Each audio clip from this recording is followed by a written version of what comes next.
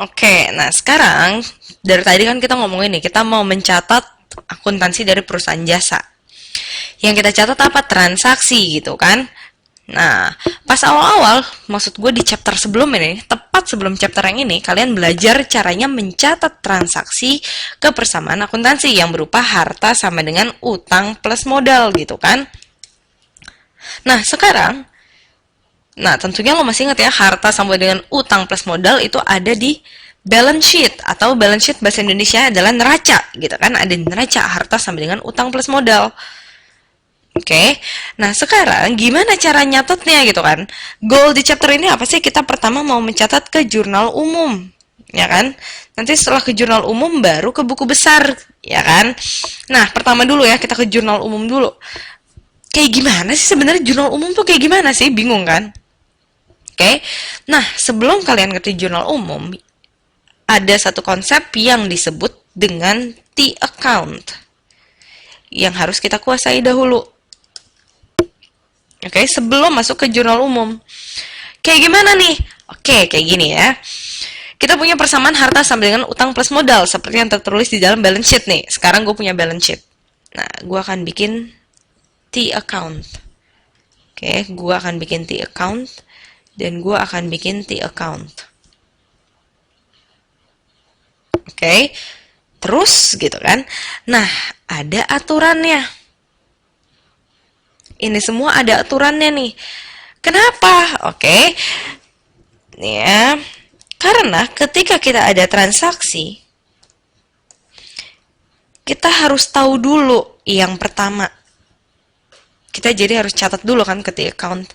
Kita harus tahu dulu pertama, apa aja yang dipengaruhi.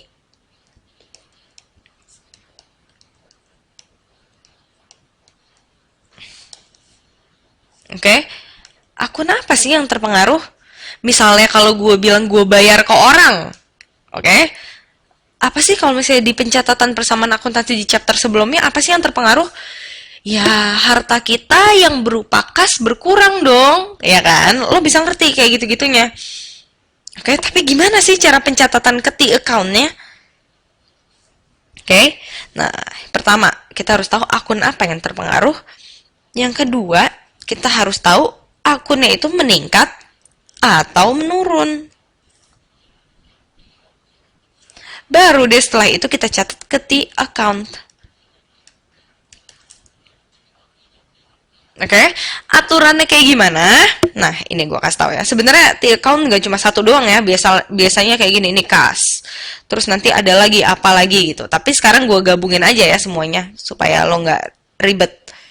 Jadi masing-masing dari harta utang sama modal kita masukinnya di satu T-account. Oke. Nah, gimana aturannya? Aturannya adalah, oke, kita catatnya semakin ke tengah jika sesuatu itu berkurang. Nah, pusing nih, pusing. Oke, jangan pusing dulu, jangan pusing dulu. Oke, ketika sesuatu itu berkurang. Dan semakin ke kanan, itu ketika meningkat. Aduh, gimana nih ya cara nulis yang bener ya? Oke, nih gue gambar yang benar deh. Nah, ini yang benar. Pokoknya, kayak gimana cara bacanya? Nih, let's say gue mau bilang harta gue mengalami penurunan sebesar 100 rupiah. Berarti kayak gimana? Kita lihat harta yang di kiri, penurunan ke kanan. Oh, berarti ada di kanan. Rp 100. Oke? Gue mau lihat lagi nih. Ternyata gue baru dapat duit nih dari bokap gue. 3.000 perak. Oke, kita lihat. Harta ada yang di kiri ya. Gue tadi ngomong di kanan ya. Harusnya di kiri. Ini kan di kiri nih. Oke, ketika peningkatan, seret, oh, ada di kiri letaknya. Oke, Rp 3.000. Nah, kayak gitu pencatatannya. Oke, begitu juga dengan utang kita lihat ya. Penurunan kiri. Oke, berarti kalau misalnya utang gue berkurang sebesar 2.500, gue taruh di kiri. Lihat nih, penurunan kiri. Oke, Terus misalnya, gue ngutang nih sama Ibu Asep sebesar 30.000. Lihat, ini kan ada di kanan, berarti kita mengacunya ke yang sini ya, panah yang sebelah sini. Waduh, berantakan banget gambarnya, gue hapus dulu. Hup, ya. Hup. Oke, oh peningkatan kanan. Oke, utang gue bertambah sebesar 30.000. Nah, gue tulis dia di sini. Oke, modal kan letaknya juga di bagian yang sini. Berarti kita ngacu ke panah yang sama di bawahnya. Oke, gue nyuntikin modal 100.000 rupiah. 100.000, gue taruh di kanan.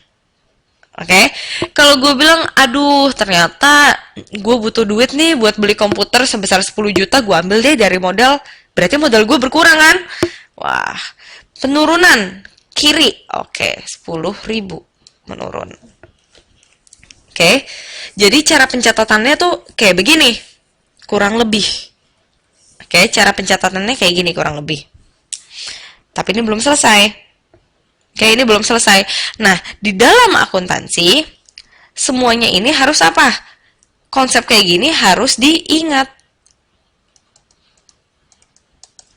Lo harus hafal nih sama konsep ini. Oke, lanjut ke video berikutnya dulu. Belum selesai nih kita.